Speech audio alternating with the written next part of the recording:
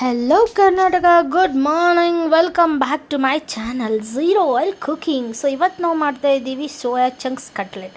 So ಇದಕ್ಕೆ ಏನು ಮಾಡಬೇಕಪ್ಪ ಅಂದರೆ, ಒಂದು ಪಾತ್ರೆಯಲ್ಲಿ ನೀರನ್ನು ಕುದಿಯೋಕೆ ಇಡಬೇಕು. ನೀರು ಕುದೀತಾ ಇದೆ ಅಂದಾಗ ನಾನಿಲ್ಲಿ 1.5 ಕಪ್ನಷ್ಟು ಸೋಯಾ ಚಂಕ್ಸ್ನ ನಾನು ಇಲ್ಲಿ ಹಾಕ್ಕೊತಾ ಇದ್ದೀನಿ. ಒಂದು 5 ನಿಮಿಷ ಬಿಸಿನೀರಲ್ಲಿ ಅದನ್ನು ಬಿಡಬೇಕಾಗುತ್ತೆ. ಸೊ ಯಾಕಂದರೆ ಅದು ಸ್ವಲ್ಪ ಸಾಫ್ಟ್ ಆಗಬೇಕು.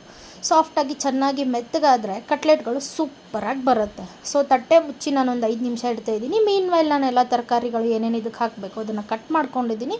ಸೊ ಇಲ್ಲಿ ನಾನು ಹಾಕ್ತಾ ಇರೋ ತರಕಾರಿಗಳು ಯಾವುದಪ್ಪ ಅಂದರೆ, ಸಬ್ಬಸಿಗೆ ಸೊಪ್ಪು, ಕೊತ್ತಂಬರಿ, ಕರಿಬೇವು, ಬೆಳ್ಳುಳ್ಳಿ ಮತ್ತು ನಾನು ಇಲ್ಲಿ ಈರುಳ್ಳಿನ ಹಾಕ್ತಾಯಿದ್ದೀನಿ. ನೀವು ಜಿಂಜರ್ ಕೂಡ ಹಾಕೋಬೋದು. ಸೊ ಇವಾಗ ಏನು ಮಾಡ್ತಾಯಿದ್ದೀನಿ ಅಂದರೆ, ಕ್ರಂಬಲ್ಸ್ ಮಾಡ್ಕೊಂಡಿರೋದನ್ನ ನಾನು ಕಡಲೆ ಹಿಟ್ಟಿಗೆ ಮಿಕ್ಸ್ ಮಾಡ್ಕೋಬೇಕು. ಸೊ ಏನು ಮಾಡ್ತಾಯಿದ್ದೀನಿ, 3 ಟೇಬಲ್ ಸ್ಪೂನಷ್ಟು ಕಡಲೆ ಹಿಟ್ಟು ಮತ್ತು ನಾವು ಬೋಂಡಾ ಬಜ್ಜಿಗೆ ಯೂಸ್ ಮಾಡೋವಂಥ ಮಸಾಲೆ, ಅದರಲ್ಲಿ ನಾನು ಏನೇನು ಹಾಕ್ಕೊಂಡಿದ್ದೀನಿ ಅಂದರೆ, ಉಪ್ಪು, ಅಚ್ಚ ಖಾರದ ಪುಡಿ, ಆಮ್ಚೂರು ಪುಡಿ, ಚಾಟ್ ಮಸಾಲ, ಜೀರಿಗೆ ಪುಡಿ ಮತ್ತು ಓಂಕಾಳು ಪುಡಿನ ಮಿಕ್ಸ್ ಮಾಡಿ ನಾನಿಲ್ಲಿ ಹಾಕ್ಕೊತಾ ಇದ್ದೀನಿ. ಇದನ್ನು ನೀಟಾಗಿ ಒಂದೇ ರೀತಿ ಆಗೋ ಥರ ಅದನ್ನ ನೀಟಾಗಿ ಕಲಿಸ್ಕೊಳ್ಳಿ. ಅದಾದಮೇಲೆ ನಾವು ಯೂಸ್ ಮಾಡ್ಬೇಕು ಅಂದ್ಕೊಂಡಿರೋ ತರಕಾರಿಗಳು, ಸೊಪ್ಪು ಮತ್ತು ಕರಿಬೇವು, ಕೊತ್ತಂಬರಿ, ಬೆಳ್ಳುಳ್ಳಿ, ಆಮೇಲೆ ಜಿಂಜರು ಮತ್ತು ಈರುಳ್ಳಿನ ಹಾಕ್ಬಿಟ್ಟು ಚೆನ್ನಾಗಿ ಮಿಕ್ಸ್ ಮಾಡ್ಕೊಳ್ಳಿ. ಈರುಳ್ಳಿ ನೀರು ಬಿಡುತ್ತೆ. ಇಲ್ಲಿ ನೀವು ಒಂದು 5 ನಿಮಿಷ ಇಟ್ಟರೆ ಈರುಳ್ಳಿ ನೀರು ಬಿಡುತ್ತೆ, ಸ್ವಲ್ಪ ಮೆತ್ತಗಾಗುತ್ತೆ ಹಿಟ್ಟು. ಸೊ ನಾವಿಲ್ಲಿ ಜಾಸ್ತಿ ಏನು ನೀರು ಹಾಕೋ ಅಂಥ ಅವಶ್ಯಕತೆ ನಮಗಿರಲ್ಲ. ಸೊ ಸಬ್ಬಸಿಗೆ ಸೊಪ್ಪನ್ನ ಚೆನ್ನಾಗಿ ಚಿಕ್ಕದಾಗಿ ಕಟ್ ಮಾಡ್ಕೊಳ್ಳಿ, ಆವಾಗ ಗಂಟಾಗಲ್ಲ. ಸೊ ಚೆನ್ನಾಗಿ ಅದನ್ನ ಕಲಿಸ್ಕೊಂಡ್ಮೇಲೆ ಇದೇನು ನಾವು ಮಿಕ್ಸಿಗೆ ಹಾಕ್ಕೊಂಡಿರ್ತೀವಲ್ವ, ಸೋಯಾ ಚಂಕ್ಸ್ನ ಕ್ರಂಬಲ್ಸ್ ಮಾಡ್ಕೊಂಡಿರ್ತೀವಲ್ಲ, ಅದನ್ನು ಹಾಕಿ ಚೆನ್ನಾಗಿ ಮಿಕ್ಸ್ ಮಾಡ್ಕೊಳ್ಳಿ. ಇವಾಗ ನಿಮ್ಗೆ ಗೊತ್ತಾಗುತ್ತೆ ಅದು ಕಟ್ಲೆಟ್ ಮಾಡೋ ಹದಕ್ಕೆ ಬಂದಿದೆನಾ ಇಲ್ವಾ ಅಂತ ಹೇಳಿ.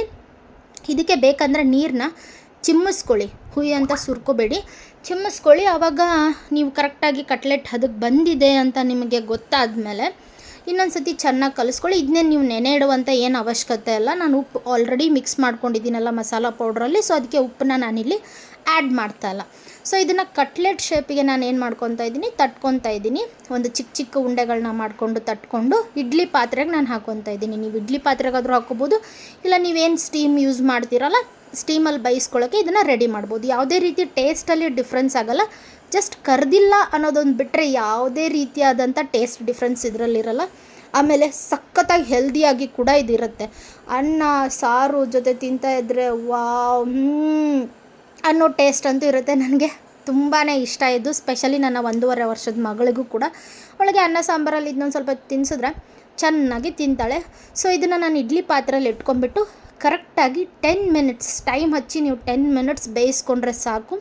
ಬಿಸಿ ಬಿಸಿ ಬಿಸಿ ಬಿಸಿ ಆದಂಥ ಆಯಿಲ್ ಇಲ್ಲದೆ ಇರೋ ಹೆವಿ ರಿಚ್ ಪ್ರೋಟೀನ್ ಇರುವಂಥ ಸೋಯಾ ಚಂಕ್ಸ್ನ ಕಟ್ಲೆಟ್ ನಿಮ್ಗೆ ರೆಡಿ ಆಗುತ್ತೆ. ಬೇಕಂದರೆ ನೀವು ಸ್ವಲ್ಪ ಶಾಲೋ ಫ್ರೈ ಕೂಡ ಮಾಡ್ಬೋದು. ಮಕ್ಕಳಿಗೆ ಕೊಡ್ತಾಯಿದ್ರೆ ತುಪ್ಪದಲ್ಲಿ ಕೂಡ ನೀವು ಶಾಲೋ ಫ್ರೈ ಮಾಡಿಕೊಟ್ರೆ ಇನ್ನೂ ಟೇಸ್ಟಿಯಾಗಿರುತ್ತೆ. ಬಟ್ ನನ್ನ ಮಗಳಿಗೆ ಶಾಲೋ ಫ್ರೈ ಇಷ್ಟ ಆಗೋಲ್ಲ. ಸೊ ನಾನು ಅದಕ್ಕೆ ಇಷ್ಟೇ ಮಾಡಿ ತಿಂತಾಯಿದ್ದೀವಿ. ಇದಕ್ಕೆ ನಾವು ಬೇಳೆ ಸಾರು ಅನ್ನನ ಕಾಂಬಿನೇಷನ್ ಆಗಿ ಮಾಡ್ಕೊಂಡಿದ್ವಿ. ಅಬ್ಬಬ್ಬಬ್ಬ, ಈ ಬ್ಯಾಂಗ್ಳೂರು ವೆದರ್ಗೆ ಈ ಥರ ಬಿಸಿ ಬಿಸಿಯಾಗಿ ಏನಾದರೂ ಇದ್ದರೆ ಸ್ವರ್ಗಕ್ಕೆ 3 ಗೇನ್ ಅನಿಸುತ್ತೆ. ಅದರಲ್ಲೂ ನನ್ನ ಥರ ಫುಡ್ಡಿ ಆಗಿರೋರಿಗೆ ವೆರೈಟಿ ಫುಡ್ಡಲ್ಲಿ ಯಾವುದಾದ್ರೂ ಸ್ವಲ್ಪ ಹೆಲ್ದಿಯಾಗಿರೋದು ಸಿಕ್ಬಿಟ್ರೆ ಮುಗಿದೋಯ್ತು ಅಷ್ಟೇ. ಬಾರಿಸ್ತಾನೆ ಇರೋದು ಬೆಳಿಗ್ಗೆಯಿಂದ ಸಾಯಂಕಾಲದವರೆಗೂ ಅಲ್ವಾ. ಸೊ ಆಯಿಲ್ ಇಲ್ಲದೆ ಈ ಥರ ಹೆವಿಯಾಗಿ ರಿಚ್ ಪ್ರೋಟೀನ್ ಇರುವಂಥ ಫುಡ್ಗಳನ್ನ ನೀವು ಮನೆಯಲ್ಲೇ ಮಾಡ್ಕೋಬೋದು. ನೀವು ತಿನ್ನೋ ಆಹಾರದಲ್ಲಿ ಸ್ವಲ್ಪನೇ ಚೇಂಜಸ್ಗಳನ್ನ ಮಾಡ್ಕೊಳ್ಳೋದ್ರಿಂದ ಏನಾಗುತ್ತೆ ಅಂದರೆ, ನಿಮ್ಮ ಹೆಲ್ತ್ ಕೂಡ ಚೆನ್ನಾಗಿರುತ್ತೆ ಮತ್ತು ನೀವು ಯಾವುದೇ ರೀತಿ ಫುಡ್ಡಲ್ಲಿ ಕಾಂಪ್ರಮೈಸ್ ಕೂಡ ಮಾಡ್ಕೊಳ್ಳೋ ಅಂಥ ಅವಶ್ಯಕತೆ ಇರಲ್ಲ. ಬಿಸಿ ಬಿಸಿಯಾದ ಸೋಯಾ ಚಂಕ್ಸ್ನ ನೀವು ಸ್ನ್ಯಾಕ್ಸ್ಗಾದರೂ ಮಾಡ್ಕೋಬೋದು, ಬೆಳಗ್ಗೆ ಟಿಫನ್ನಿಗೆ ಕೂಡ ನೀವು ಯೂಸ್ ಮಾಡ್ಕೋಬೋದು, ಲಂಚ್ ಬಾಕ್ಸು ಕೂಡ ಸೂಪರಾಗಿರುತ್ತೆ. ಇದೇ ಥರ ಹೆಲ್ದಿ ರೆಸಿಪಿಗಳಿಗಾಗಿ ನನ್ನ ಚಾನಲ್ನ ಸಬ್ಸ್ಕ್ರೈಬ್ ಮಾಡೋದು, ಫಾಲೋ ಮಾಡೋದನ್ನ ಮರಿಬೇಡಿ.